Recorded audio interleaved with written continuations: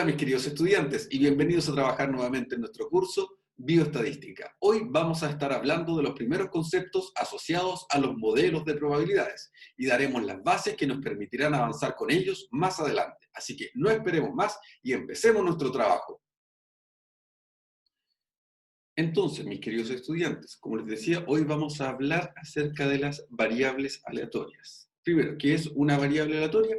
Básicamente una variable aleatoria es una variable de tipo cuantitativa. Si lo recuerdan, nosotros habíamos hablado en nuestra unidad anterior acerca de las variables que son de tipo cualitativas y cuantitativas. Las cualitativas eran cualidades, ¿sí?, que se designaban con palabras, habían ordinales y nominales, y no son esas a las que nos vamos a dedicar, sino que aquellas que se pueden medir con números, ¿sí?, o que pueden ser llevadas a números de una o de otra manera. Entonces, una variable aleatoria es básicamente una variable que es de tipo cuantitativa, o sea, lo que se puede medir con números, sea esta discreta o sea esta de tipo continua, recordando que las discretas son aquellas que no tienen números decimales y las continuas son aquellas que, lógicamente, sí los poseen. Entonces, aquí tenemos un ejemplo bastante simple, y es que si se está midiendo el IMC de ciertos estudiantes por carrera, entonces el IMC corresponde justamente a una variable de tipo aleatoria, puesto que el IMC es una variable cuantitativa, ¿sí?, y por tanto la vamos a traspasar a una variable aleatoria en este caso, y más aún de tipo continuo, puesto que vamos a estar trabajando con decimales. Si nosotros dentro de la misma encuesta, tal como dice ahí, lo que queremos además es saber cuántos son los integrantes por grupo familiar de cada uno de los estudiantes. En ese caso, esa variable es una variable de tipo cuantitativa también, pero en ese caso una variable de tipo cuantitativa discreta, lo cual hace entonces que tengamos otra variable aleatoria, pero que en ese caso también es de tipo discreta. Una de las características más importantes, sí, en el caso de las variables aleatorias, es que a cada una de esas variables aleatorias nosotros les vamos a asociar su probabilidad de ocurrencia.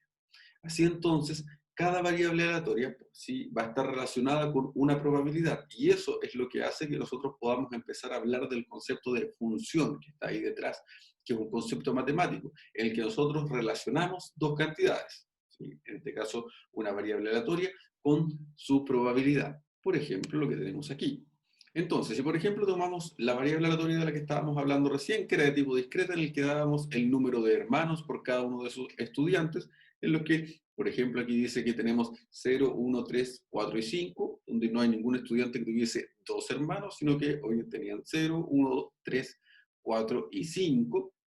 Entonces, nosotros podemos asociar a cada uno de ellos la probabilidad de ocurrencia, ¿sí? Aquí, por ejemplo, entonces, podemos ver que hay un 10% o un 0.1 de personas que tenían 0 hermanos. Aquí podemos observar que hay un 40% o un 0.4 de personas que tenían un solo hermano.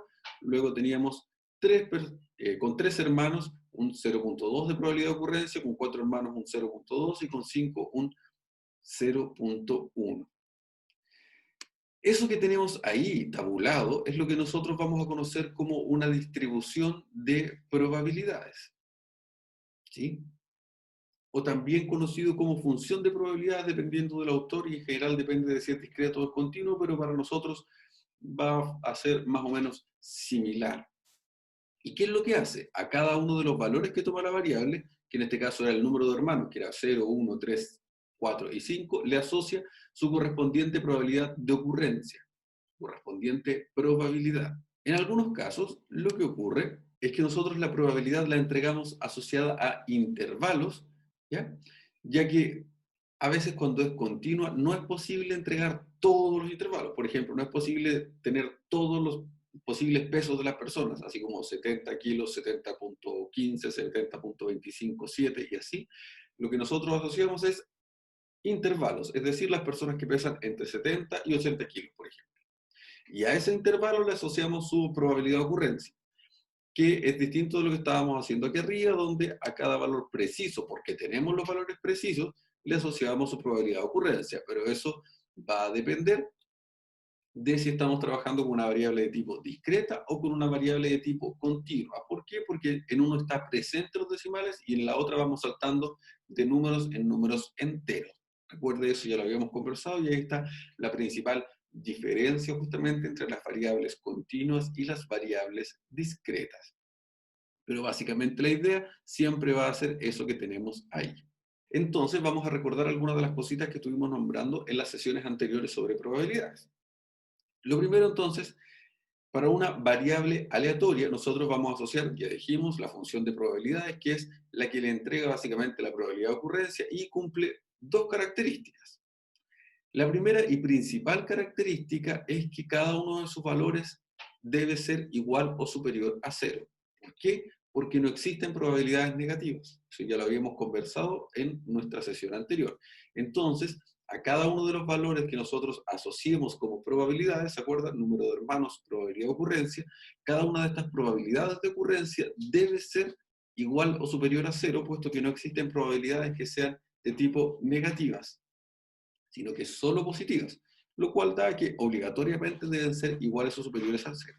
Y la otra característica importante, que la pasamos por alto en nuestra tablita, pero usted la puede revisar con mucho detalle, es que la suma de todas las probabilidades, ¿sí? De todas las probabilidades que tenemos, debe ser la probabilidad completa, o sea, el total, el 100%. ¿Por qué? Porque si yo tengo todos los estudiantes, eso representa el 100%. Y de ahí es de donde yo voy sacando aquellos que tienen un hermano, ningún hermano, tres hermanos, pero todos juntos representan el 100%, razón por la cual todas sus probabilidades sumadas deben dar 1. ¿Sí? Ese es un detalle importante. Entonces, si nosotros tenemos el caso de una variable aleatoria, tal como dice ahí, que es de tipo discreta, y P es su función de probabilidades, la vamos a asignar con la letra P, entonces lo que se cumple es, lógicamente, que la probabilidad asociada debe ser mayor siempre o igual a 0, y la suma de todas las probabilidades, lógicamente, debe ser 1, que fue exactamente lo que hemos dicho. Y eso usted lo puede revisar claramente en la tablita que hicimos antes.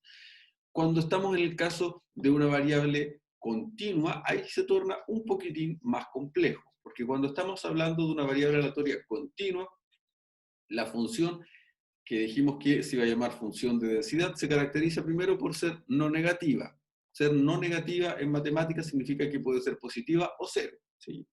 Así que recuerda que el número cero no es ni positivo ni negativo, por tanto es no negativa, solo uno toma valores negativos, puede ser cero o números positivos. Y en este caso, si nosotros llamamos f de x a esta línea que va aquí, que es la función de densidad, una función cualquiera, este es un ejemplo solamente, entonces el área bajo la curva de este, lo que está aquí en rosado, debe ser 1, el total. ¿Cómo se calcula eso? Eso se calcula con ayuda de una herramienta matemática con la cual nosotros no vamos a trabajar, que se llama integral. Integral definida en este caso. Y eso es lo que permite es calcular el área bajo la curva. Se puede, no importa cuál sea el dibujo, por lo general uno calcula el área bajo la curva. Pero tiene un sentido. La probabilidad total, o sea, de todos los elementos sumada debe ser 1. Y la probabilidad de todos los elementos sumada va a estar representada por esta área que está aquí bajo la curva. Una variable aleatoria, junto con su función de probabilidades, o bien una variable aleatoria junto con su función de densidad, en el caso que sea continuo, es lo que nosotros llamamos una distribución de probabilidades, o lo que conocemos como un modelo de probabilidades. ¿Y qué es esto? Un modelo de probabilidades es básicamente una función que cumple las condiciones que dimos antes, ¿sí? Que era en todo caso mayor a 0 y que la suma de todos los valores o el área bajo la curva iba a ser 1. Esas son las condiciones importantes, pero que además se ha estudiado. Y entonces se sabe el comportamiento que tiene este modelo y se saben ciertas características sobre él. Y nosotros podemos dar ciertas conclusiones solo conociendo al modelo. Por eso se llaman modelos y por eso son muy utilizados. El más conocido de ellos, de hecho, es el modelo normal. Pero existen otros, y uno muy nombrado últimamente sería un modelo de tipo exponencial. ¿Sí? Entonces, dependiendo del tipo de modelo con el que estemos trabajando, es justamente las características que vamos a tener, pero la mayoría de ellos ya están estudiados. Existe una infinidad de modelos. Nosotros nos vamos a dedicar a solo algunos de ellos en particular al modelo normal, que es uno de los más utilizados, pero vamos a trabajar solo con algunos de ellos. Existen muchísimos, muchísimos, discretos y continuos, muchísimos, pero no es nuestro trabajo estudiarlo por ahora. Por ejemplo, aquí dice, aquí tenemos un modelo cuya función es ese que está ahí. ¿Y qué es lo que hace? No importa el valor que usted le asigne a la x, mientras esté entre 0 y 2, esta función lo que entrega va a ser la probabilidad que va a estar dada justamente por x partido en 2. Y ya está. Lo que hace entonces es entregar una forma general de dar la probabilidad asociada a cada uno de los valores de la variable aleatoria. Pues bien, como la variable aleatoria es una variable de tipo cuantitativa, entonces tenemos ciertas medidas de resumen, de las que ya hablamos en nuestro primer resultado de aprendizaje. ¿Sí? Recuerde que teníamos medidas de tendencia central, medidas de dispersión, medidas de posición, media, mediana, moda, varianza, desviación estándar, los cuartiles, deciles, todo lo que usted conocía como medidas de posición. Entonces, dado que nosotros en el primer resultado de aprendizaje aprendimos a hacer esto, nosotros ahora vamos a poder hacerlo de la misma manera con nuestros modelos. La diferencia está en que en lo primero que nosotros habíamos visto, la probabilidad era igual para cada una de las variables, ¿sí? Para cada uno de los valores que nosotros usamos, su probabilidad era igual. Y ahora no lo será. De hecho, lo vimos en la tabla anterior, y para cada uno de los valores va a ser distinta, o no necesariamente igual la probabilidad. Sin embargo, se ha estudiado para cada uno de los modelos cuál va a ser su media, cuál va a ser su varianza. En general esas dos son las más importantes o las más utilizadas, existen las otras características, pero se han estudiado desde antes. Por tanto, ahora lo que nosotros es podemos obtenerlas e interpretarlas, pero ya no es necesario que las calculemos, sobre todo si conocemos el modelo.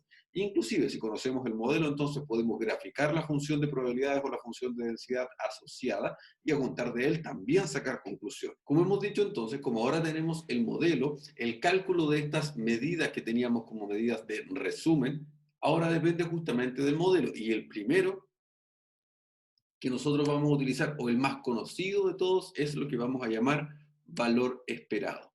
Valor esperado, también nombrado como esperanza. ¿Sí? Esperanza de la variable. También se asocia la palabra promedio con este. Eso es lo que nosotros vamos a conocer como valor esperado. Es el valor que nosotros esperaríamos para nuestra variable. ¿Sí? Usted ya lo ha trabajado con anterioridad. Entonces, suponiendo aquí para un estudiante que un estudiante inscribió 5 cursos, cada uno de esos cursos tiene esa cantidad de créditos y cada uno de esos créditos tiene esa nota que está ahí.